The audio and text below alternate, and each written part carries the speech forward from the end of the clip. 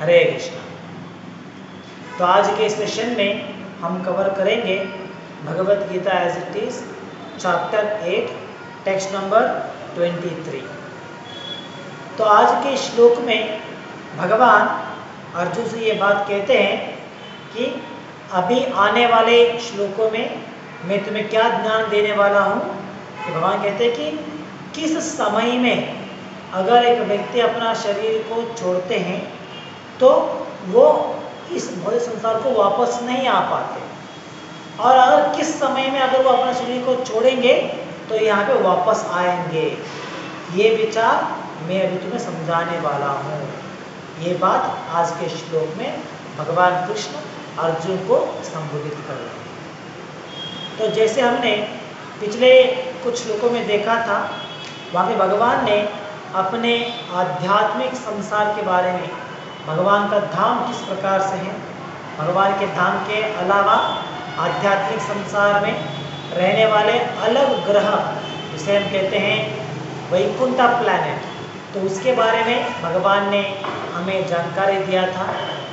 तो प्रभुपाद उन विचारों को विस्तार करते हुए ब्रह्म संहिता में दिए गए उल्लेख को वहाँ पे देते हुए आध्यात्मिक संसार के बारे में बहुत सारा जानकारी हमें दिया था। तो यहाँ पे हमने देखा कि इस प्रकार आध्यात्मिक संसार जो है वो कभी नाश नहीं होता। वहाँ पे रहने वाले जीवी सदा आनंद से, सुख से भगवान के साथ अलग अलग सेवाओं में, अलग अलग भाव में वो जुड़े हुए होते हैं, और बहुत सारी इंफॉर्मेशन आध्यात्मिक संसार के बारे में हमें दिया है। तो उस आध्यात्मिक धाम को जाने का तरीका जो है वो इस अध्याय के प्रारंभ में ही भगवान ने समझा दिया था कि भक्ति योग के द्वारा हम आध्यात्मिक संसार को जा सकते हैं। यही विचार भगवान ने पिछले श्लोक में भी समझाया था कि किस प्रकार भगवान के धाम को जाने के लिए एकमात्र क्वालिफिकेशन हम में होना चाहिए, और वो है भक्ति और डिवोशन। तो इस प्रकार आध्यात्मिक संसार में रहने वाले हर एक जीव शुद्ध भक्त है, प्योर डिवोटीज है।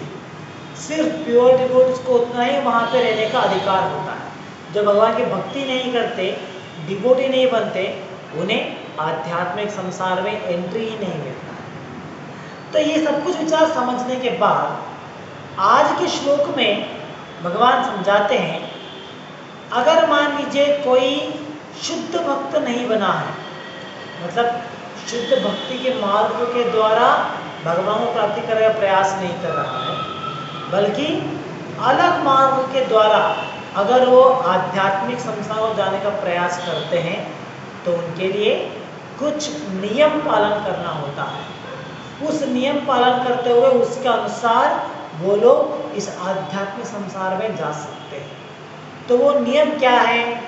वो नियम उनके मृत्यु के समय, मृत्यु का स्थल, मृत्यु का समय, उसकी टाइमिंग, इसके ऊपर आधारित होता है।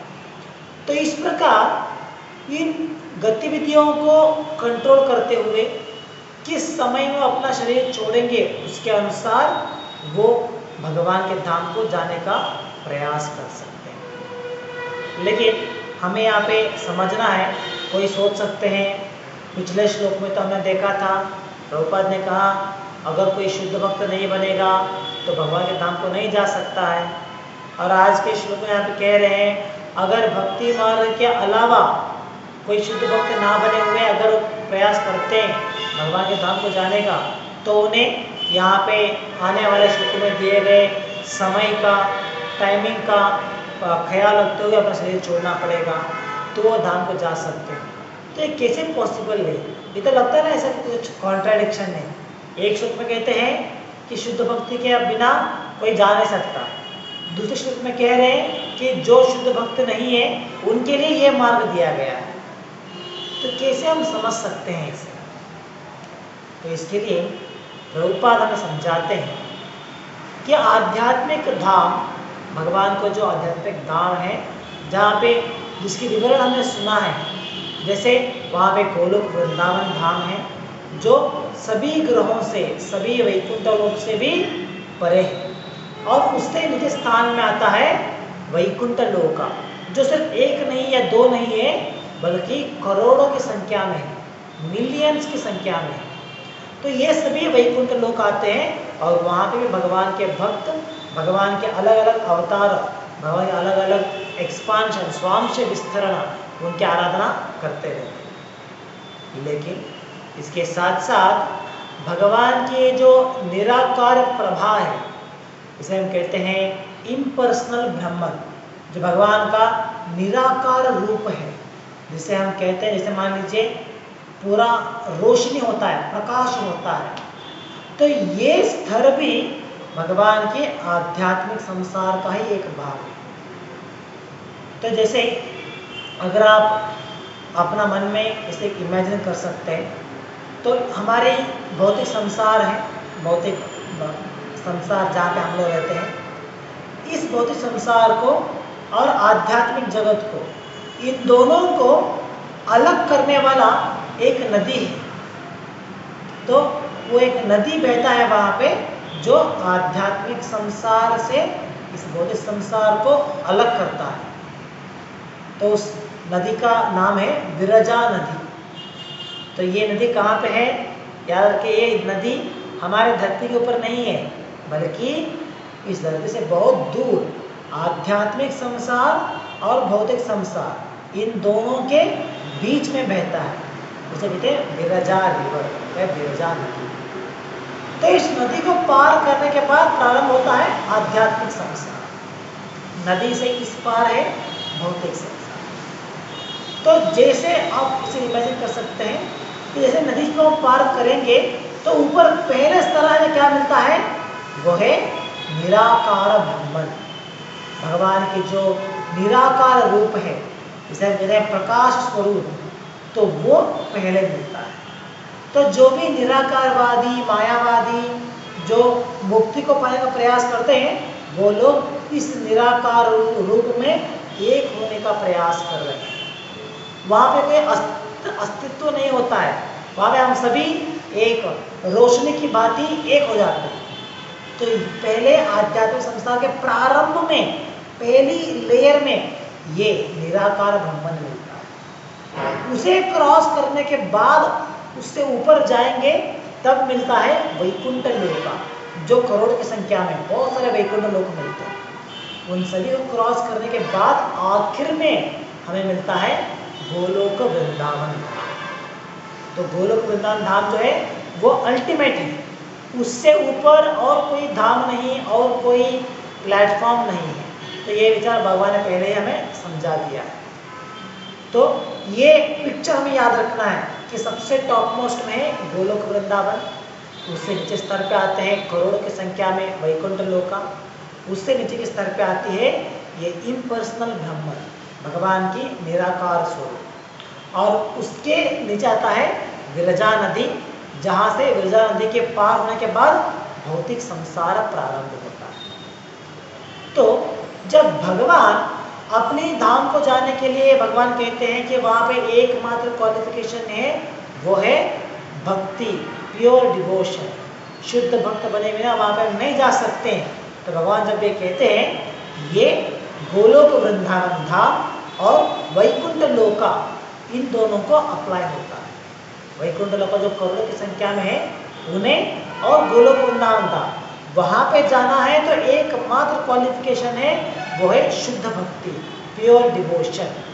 इसे प्राप्त करने के बाद ही हम वहाँ पर जा सकते हैं, अपने अस्तित्व में, अपने एक स्वरूप में भगवान के साथ सेवा कर सकते हैं। जैसे हमारे यहाँ पे एक स्वरूप है, ये तो हमारा शरीर है, इस शरीर का एक रूप है, 2 हाथ 2 पाँव का एक रूप है, तो इस रूप के साथ हम यहाँ पे जी रहे हैं। इसी प्रकार शुद्ध भक्त बनने के बाद भगवान के धाम मतलब वृंदावन और गोलोक, वहाँ पे एक स्वरूप हम प्राप्त करते हैं और उस स्वरूप में भगवान की सेवा करते हैं। लेकिन भगवान की उस निराकार रूप जो ब्रह्मन कहलाता है, वहाँ पे जाने के लिए शुद्ध भक्त होना ही है, ये कंपल्सरी नहीं है। क्योंकि जो शुद्ध भक्त होते हैं वो कभी भी अपने आप को ब्रह्मन में लीन करने के बारे में नहीं विचार करते। आध्यात्मिक संसार में, आध्यात्मिक विषय में कहते हैं एक शुद्ध भक्त के लिए भगवान के निराकार रूप में एक होना, मर्ज होना जो है वो आत्महत्या के समान है। जैसे यहाँ पे हम आत्महत्या को बहुत ही नीचा कहते हैं, उसे ठुकराते हैं, कोई नहीं करना चाहते हम उसे रिजेक्ट करते हैं, इसी प्रकार एक शुद्ध भक्त के लिए भगवान के निराकार रूप में एक होना, वहाँ पे मर्ज हो जाना, वो आध्यात्मिक आत्महत्या कहलाता है। तो इसीलिए कोई भी शुद्ध भक्त उस निराकार रूप में एक होना नहीं चाहते। ये हमारी डिजायर नहीं है, ये हमारी इच्छा ही नहीं होता। तो इसीलिए शुद्ध भक्त सीधा वैकुंठ लोका या नहीं तो गोलोक वृंदावन वहां पे जाते। तो जो शुद्ध भक्त नहीं बने हैं लेकिन अलग मार्ग के द्वारा मुक्ति पाने का प्रयास कर रहे हैं, वो लोग भगवान के निराकार रूप में मर्ज हो जाते हैं, वहां पे अपना अस्तित्व को मिटा के एक हो जाते हैं। चाहे वो कर्म योग्य हो सकते हैं, ज्ञान योग्य हो सकते हैं या हठ योग्य हो सकते हैं। ये सभी लोग इस ब्रह्मन में ही एक हो सकते हैं। वही उनका लास्ट स्टेज है, उसे क्रॉस करके वो नहीं जा सकते। अगर उसे क्रॉस करना है तो उन्हें भक्ति योग का पालन करना पड़ता है, शुद्ध भक्त बनना पड़ता है, तब जाके वो उस निराकार ब्रह्मन को क्रॉस करके भगवान के धाम में एक शरीर को प्राप्त कर पाते हैं। नहीं तो उन्हें शरीर प्राप्त नहीं होगा, इसी निराकार रूप में एक हो जाएंगे। तो ये उनके लिए पॉसिबल है। तो आज के श्लोक में जो भगवान कहते हैं कि आगे आने वाले श्लोकों में मैं आपको एक कंडीशन बताऊंगा, किस कंडीशन को अगर आप पालन करेंगे तो वो मेरे धाम को, मेरे इस आध्यात्मिक संसार को आ सकते हैं। ये जो कंडीशन भगवान दे रहे हैं ये शुद्ध भक्तों के लिए नहीं है। It is not meant for pure devotees. और इस समय का पालन करते हुए, इस यहाँ पे दिए गए कंडीशन का अगर कोई पालन करते हुए अपना शरीर छोड़ेंगे तो वो मैक्सिमम भगवान के इस निराकार रूप में एक हो सकते हैं। हमें समझना है कि भगवान का निराकार रूप भी आध्यात्मिक संसार का ही एक भाग है, वो भी आध्यात्मिक संसार का ही भाग है, लेकिन वहाँ पे हमारे पास एक शरीर नहीं होता, कोई रूप नहीं होता। तो जैसे हम कहते हैं कि आध्यात्मिक जीवन में, आध्यात्मिक संसार में हमारे पास हमारे गुण तीन हैं, वो है सत, चित और आनंद। तो जैसे हम कहते हैं कि हमारे लिए एक शरीर प्राप्त होता है, वहाँ पे जो शरीर है सत चित आनंद से भरा हुआ होता है। इसका मतलब क्या है? सत मतलब एटर्नल, शाश्वत। चित मतलब फुल ऑफ नॉलेज, संपूर्ण ज्ञान। और आनंद मतलब फुल ऑफ प्लेजर, आनंद से भरित। तो ये हमारा आध्यात्मिक स्वरूप है कि भगवान को धाम को जाने के बाद इस प्रकार की शरीर हमें प्राप्त होता है, जहाँ पे हम शाश्वत रहते हैं, संपूर्ण ज्ञान प्राप्त करते हैं और हमेशा आनंद से रहते हैं। नो पेन, कोई भी मुश्किल नहीं होता। तो जब एक जीव भगवान के इस निराकार रूप में एक होते हैं, मर्ज होते हैं, तो वहाँ पे सिर्फ सत पोटेंसी होती है, सिर्फ एटर्नल शाश्वत रूप उतना ही वहाँ पे प्रेजेंट है। वहाँ पे चित्त भी नहीं है और आनंद भी नहीं है। मतलब क्या है? भगवान के निराकार रूप में जब हम एक हो जाते हैं, मतलब हमारा अस्तित्व को हम लोग मिटा देते हैं, हमारा कोई स्वरूप नहीं होता, कोई रूप नहीं होता, वहाँ पे हम एक हो जाते हैं। तो हम क्या होता है, एक होने के बाद वहाँ पे हम शाश्वत रह सकते हैं विद नो डेथ, क्योंकि वहाँ पे तो आध्यात्मिक संसार है, बर्थ भी नहीं है तो डेथ भी नहीं है, शाश्वत वहाँ पे हम रह सकते हैं। लेकिन देयर इज नो चित एंड देयर इज नो आनंद।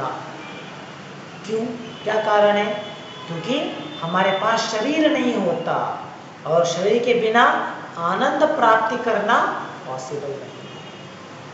तो इसीलिए भगवान के इस निराकार प्रभाव में सिर्फ एक पोटेंसी है और वो है सत्य मीन्स एटर्नल। तो जब इसे क्रॉस करके हम वैकुंठ लोक को जाते हैं तो वहां पे हमें सत्य और चित दोनों प्राप्त होते हैं, क्योंकि वैकुंठ लोक में हम शाश्वत भी रहते हैं और साथ साथ में हमारे पास एक शरीर है, एक शरीर मिला हुआ होता है वहाँ पे, आध्यात्मिक शरीर। तो उस शरीर के द्वारा हम ज्ञान को भी अर्जित कर सकते हैं। हम समझ लेते हैं कि भगवान साकार रूप है, भगवान का ये निराकार रूप जो है ये साकार रूप से भी छोटा है, उससे भी कम दर्जे का है। इस बात का ज्ञान हमें प्राप्त हो सकता है। तो इसीलिए वैकुंठ लोक में दो क्वालिटी हमें मिलते हैं, सत्य और चित्त। लेकिन वहाँ पे आध्यात्मिक आनंद की संपूर्ण अनुभूति नहीं होता। वहाँ पे आनंद मिलता है, प्लेजर मिलता है, क्योंकि भगवान का ही विस्तरण है वहाँ पे, उनके आराधना से प्लेजर मिलता है। लेकिन जो आनंद भगवान की धाम गोलोक वृंदावन में मिलता है वो आनंद यहाँ पे एक्सपीरियंस नहीं कर पाते। तो इसीलिए कहते हैं कि वृंदावन धाम में ये तीनों अंग संपूर्ण प्रमाण में है, सत्य, चित्त और आनंद।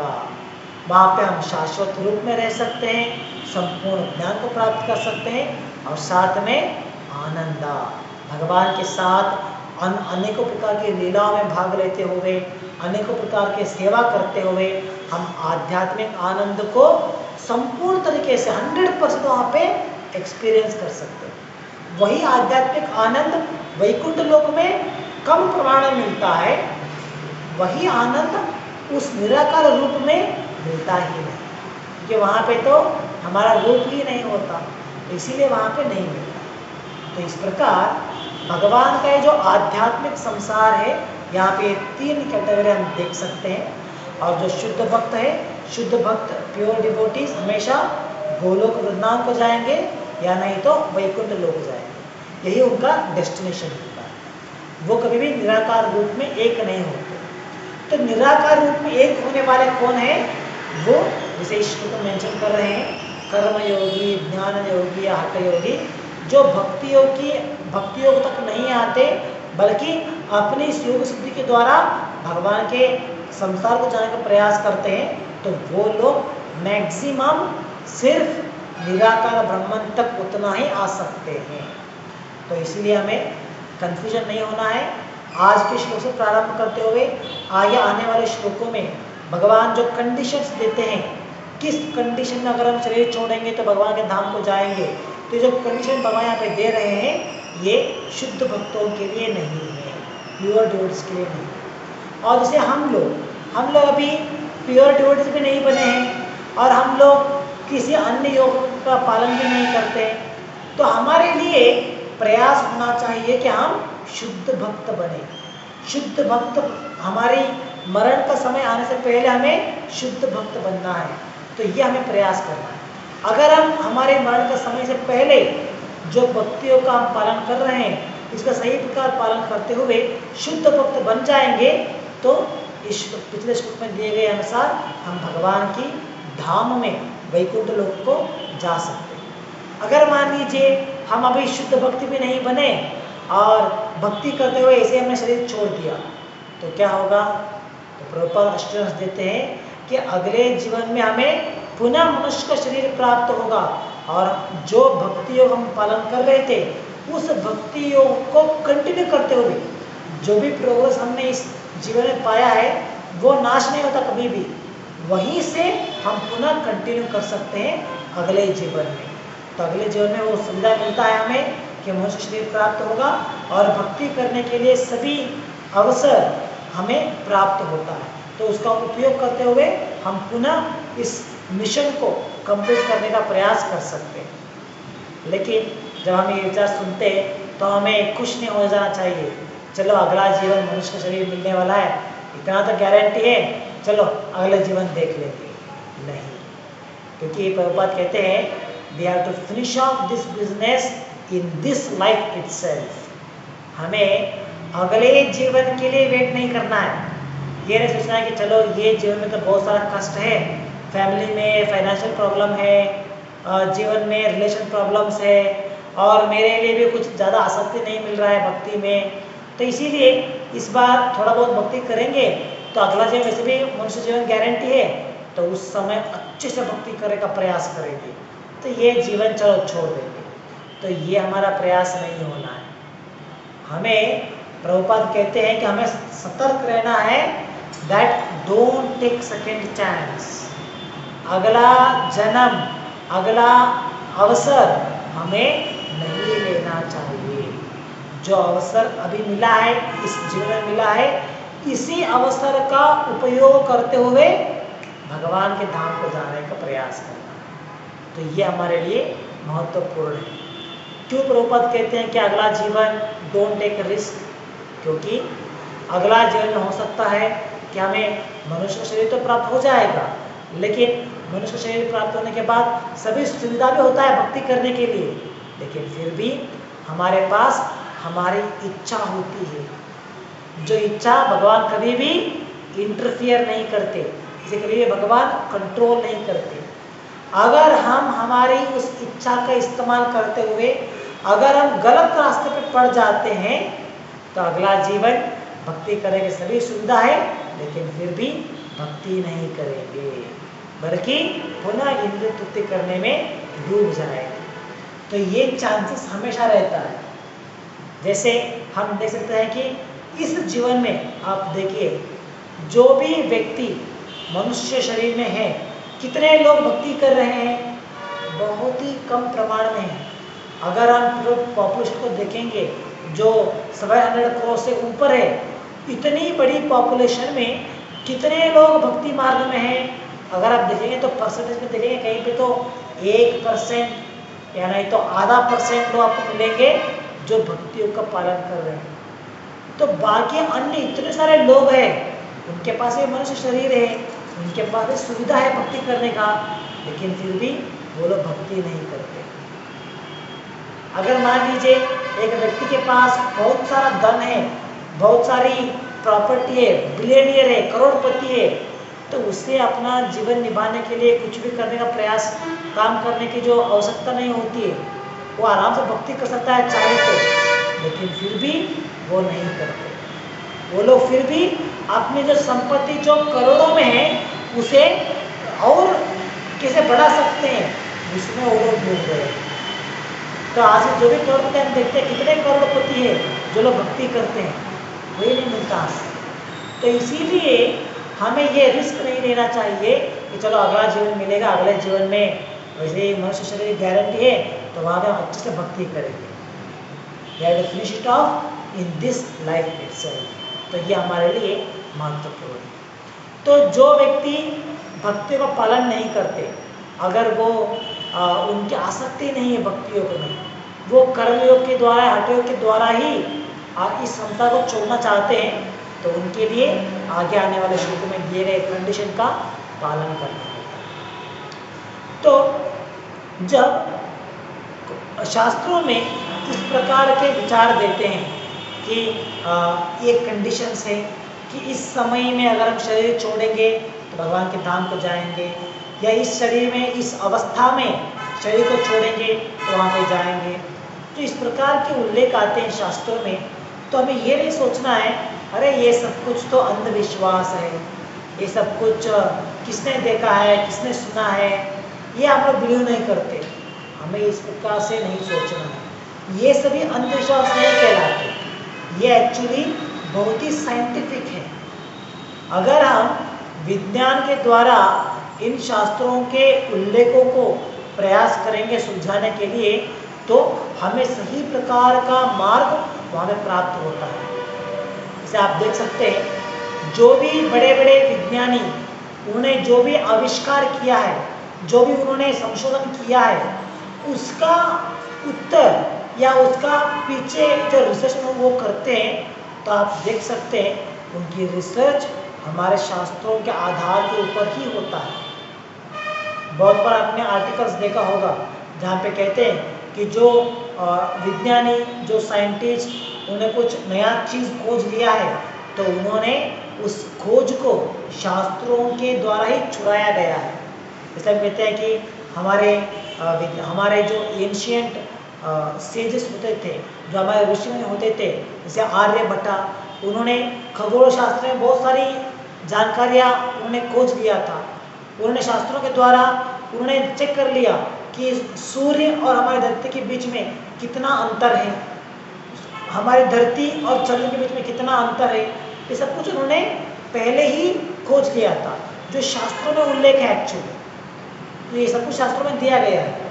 तो इस प्रकार जो विज्ञानी अपने संशोधन के द्वारा वो इसी विचार को प्रेजेंट करते हैं, हाँ ये विचार सही है। तो ये कैसे पॉसिबल है? क्योंकि वो लोग हमारे शास्त्र को ये रेफर करते हैं और उसमें पाए गए ज्ञान के ऊपर वो लोग संशोधन करते हैं और उन्हें सही नतीजा मिल जाता है। तो इसी प्रकार ये जो भी कंडीशंस यहाँ पे देते हैं, ये शास्त्रों में देने वाले कंडीशंस कोई अंधविश्वास नहीं है, ये बहुत ही साइंटिफिक रीजंस है एक्चुअली। अगर कोई व्यक्ति से स्टडी करेंगे साइंस के अनुसार, साइंस की ज्ञान रखते हुए इन कंडीशन को स्टडी करेंगे तो समझ पाएंगे कि इसके पीछे का साइंटिफिक रीज़न किस प्रकार से है। तो इसीलिए हमें ये नहीं समझना है कि ये सब कुछ अंधविश्वास है, बल्कि ये सब कुछ साइंटिफिकल स्टडी है। तो अंधविश्वास मतलब क्या होता है फिर? जैसे कभी कभी क्या होता है, हम लोग इन दोनों विषयों को सेग्रीगेट करने में असमर्थ रहते हैं। हमें मालूम नहीं पड़ता है कि अंधविश्वास क्या है और शास्त्रों का ज्ञान क्या है, ये हम लोग समझ नहीं पाते। तो इसे हमें समझना है, अंधविश्वास उसे हम कहते हैं जिसके लिए शास्त्रों में कहीं पे उल्लेख नहीं है, शास्त्रों में कोई रेफरेंस नहीं है, कोई व्यक्ति अपनी एक्सपीरियंस के अनुसार, अपनी ऊहापोह के अनुसार वो एक स्टेटमेंट कहते हैं और उसे वो लोग मान लेते हैं और उसी स्टेटमेंट को बाकी लोग भी बिना सोचे, बिना समझे, बिना शास्त्रों को रेफर करे बिना उसे स्वीकार कर लेते हैं।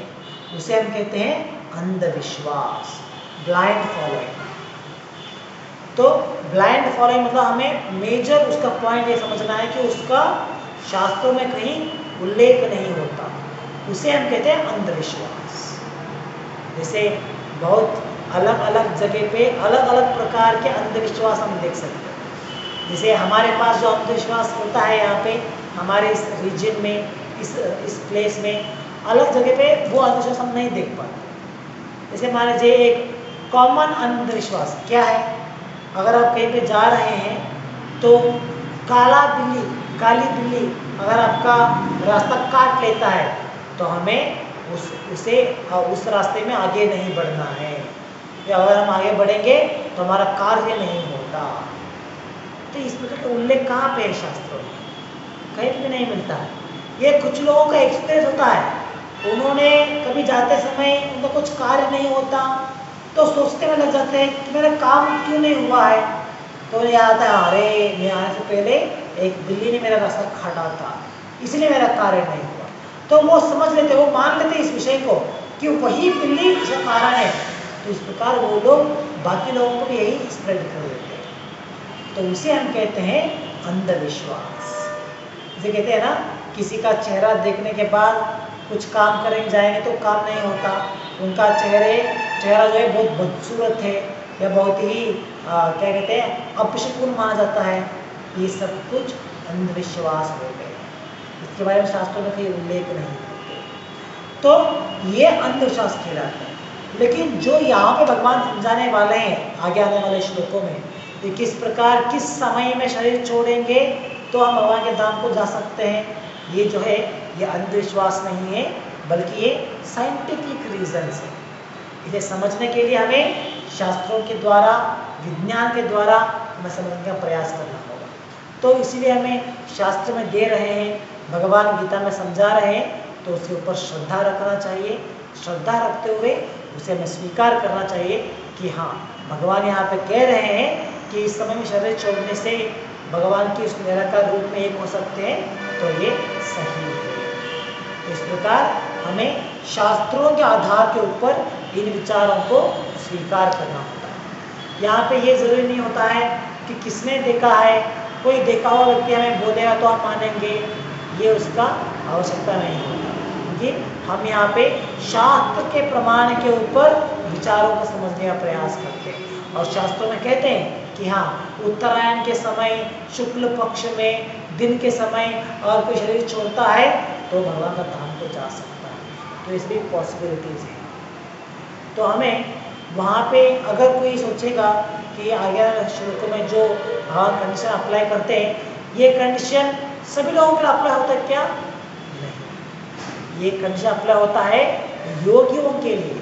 चाहे वो हठ योगी हो सकते हैं, कर्म योगी हो सकते हैं, या ज्ञान योगी हो सकते हैं, उन लोगों के लिए कंडीशन अप्लाई होता है। ये भावार्थ में प्रभुपाद कह रहे हैं कि अगर एक योगी परफेक्ट है, उसने अपने योग सिद्धि में परिपूर्णता प्राप्त किया है, तो वो चूज कर सकता है कि मुझे किस समय अपना शरीर छोड़ना है, किस अवस्था में बैठे हुए, क्या मुझे बैठे हुए या लेटे हुए, खड़े होते हुए, किस अवस्था में शरीर को छोड़ना है, ये सब कुछ वो लोग डिसाइड करते हैं।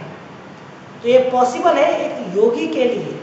तो आगे आने वाले सभी श्लोकों में जो कंडीशन अप्लाई हो रहा है, ये सभी कंडीशन इन योगियों के लिए अप्लाई होता है।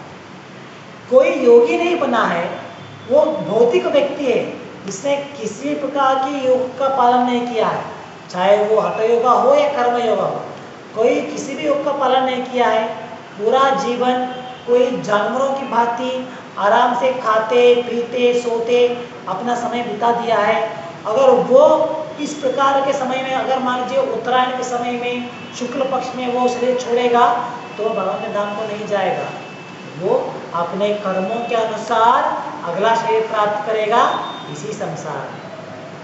तो ये कंडीशन अप्लाई होता है योगियों के लिए, हमें याद रखना है। ये कंडीशंस योगियों के लिए अप्लाई होता है, भक्तों के लिए भी अप्लाई नहीं होता, और जो भौतिक व्यक्ति है उनके लिए भी अप्लाई नहीं होता। सिर्फ और सिर्फ योगियों के लिए ये कंडीशंस अप्लाई होते हैं। और अगर एक योगी है, उन्होंने परफेक्शन पा लिया है, तो वो अपने आप, वो लोग मान लेते हैं, अपने आप वो डिसाइड करते हैं कि मुझे कब मरना है। और जो योगी उन्होंने परिपूर्णता प्राप्त नहीं किया है, तो वो इस विषय को मान नहीं सकते, इस विषय को डिसाइड नहीं कर सकते, बल्कि वो तो प्रकृति के ऊपर उसे छोड़ देते हैं कि प्रकृति जब मुझे इस शरीर से बाहर निकालेगा तब मैं जाऊँगा। इस तरह प्रकृति के ऊपर छोड़ देते हैं। और जो योगी परिपूर्णता प्राप्त करते हैं वो लोग डिसाइड करते हैं। तो जब हम कहते हैं कि योगी डिसाइड करते हैं अपना समय, मरने का समय, तो मैं ये नहीं सोचना कि अरे ये तो योगी आत्महत्या कर रहे हैं, है ना। कुछ लोग, जो लोग आत्महत्या करते हैं वो लोग तो चूज करते हैं, वो लोग डिसाइड करते हैं कि मुझे किस समय मरना है, कब मरना है, कहाँ से मरना है, किस प्रकार से मरना है, वो लोग भी डिसाइड करते हैं। लेकिन एक योगी और एक आत्महत्या करने वाला व्यक्ति दोनों एक नहीं है, बराबर नहीं है। आत्महत्या करने वाला व्यक्ति सबसे घिनौना है, क्योंकि वो प्रकृति के नियम के विरुद्ध जा रहा है अपने शरीर को छोड़ने के लिए। लेकिन एक योगी जो है वो प्रकृति के नियम का पालन करते हुए उसने परिपूर्ण प्राप्त किया है, तो वो योग सिद्धि के द्वारा अपने आत्मा को शरीर से बाहर निकालेगा। ऐसा नहीं कि वो कहीं पर जाके पहाड़ से कूदेगा या फैन से लटक जाएगा, उसके द्वारा वो चूज करेगा, नहीं, ये गलत अंडरस्टैंडिंग है। जैसे रिसेंट कुछ साल पहले हमने एक न्यूज़ पढ़ा था, जहाँ पे वो क्या, उस न्यूज़ में उन्होंने कहा था कि किसी शहर में, तमिलनाडु में या कुछ केरला में हो सकता है, वहाँ पे एक ही फैमिली के लोगों ने, सभी लोग एक समय में उन्होंने आत्महत्या कर लिया था, घर में ही सभी लोगों ने मिलकर। कारण क्या था? कारण ये था कि वो लोग किसी पंथ का पालन करते थे, किसी पंथ का फॉलो करते थे, और वहाँ उन्होंने कहा गया था कि इस समय में अगर आप लोग मरेंगे तो आप भगवान को जाएंगे, भगवान के पास जाएंगे। तो इसीलिए उन्होंने वो टाइम सेलेक्ट करके उस टाइम में जो भी उनका पूजा करना है, माट मंत्र जो भी करना था, वो सब कुछ करके उन लोगों ने पॉइजन खा लिया और पॉइजन खाने से मर गए।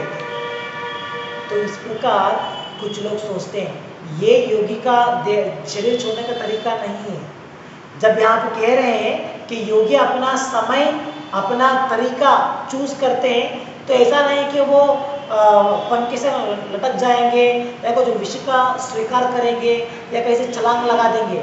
नहीं, एक योगी इतना सिद्ध पुरुष होते हैं कि अपने समय में जो समय सेलेक्ट करते हैं और जो आसन वो सेलेक्ट करते हैं, चाहे वो बैठ के आसन करेंगे या किसी अलग तरह के आसन को चूज करते हैं, तो उस आसन में बैठ के बिना किसी मदद के बिना अपने प्राणवायु को वो अपने कुंडलियों से ऊपर उठा सकते हैं और अपने प्राणवायु को जब वो अपने नेत्रों के बीच में रखते हैं, वहां पे रखते हैं और वहां पर रखने के बाद भगवान को स्मरण करते हुए या उस निराकार रूप को स्मरण करते हुए अपने ब्रह्मरंध्र से बाहर निकलते हैं। ऐसा नहीं कि विष खा के मर जाएंगे, नहीं, अपने ब्रह्मरंध्र से बाहर निकलेंगे। तो ये एक योगी का विधान होता है और ये आत्महत्या नहीं कहलाता। आत्महत्या ये है जो लोग करते हैं, तो इसे आत्महत्या नहीं कहते। और ये उन लोगों के लिए पॉसिबल है जो योग सिद्धि में परिपूर्णता प्राप्त कर लिया है। आपको ये सोचना चाहिए चलो मैं भी एक प्रयास करूँ, मैं भी एक ट्राई करूँगा, नहीं, ये हमारे जो प्रकृति का नियम है उस नियम का विरुद्ध होता है आत्महत्या, और हमें कभी भी करने का प्रयास नहीं करना चाहिए। तो इस प्रकार एक योगी जो परिपूर्ण प्राप्त किया है वो चूज करते हैं कि उन्हें किस समय में किस अवस्था में शरीर को छोड़ना, तो वो लोग इस भगवान के इस निराकार रूप में एक हो सकते हैं। तो उनके लिए आगे आने वाले श्लोकों में हम देखेंगे, आगे आने वाले श्लोकों में भगवान कंडीशन बताना प्रारंभ करेंगे कि किस किस कंडीशन का पालन करना चाहिए अगर वो भगवान के इस निराकार रूप में एक होना चाहते हैं। तो वो कंडीशंस हमें आगे आने वाले श्लोकों में समझ में आ जाएगा। तो यहाँ पे हम समाप्त करेंगे आज के लिए। ग्रंथराज श्रीमद् भगवद गीता की जय, जगत गुरु प्रभुपाद की जय। हरे कृष्ण।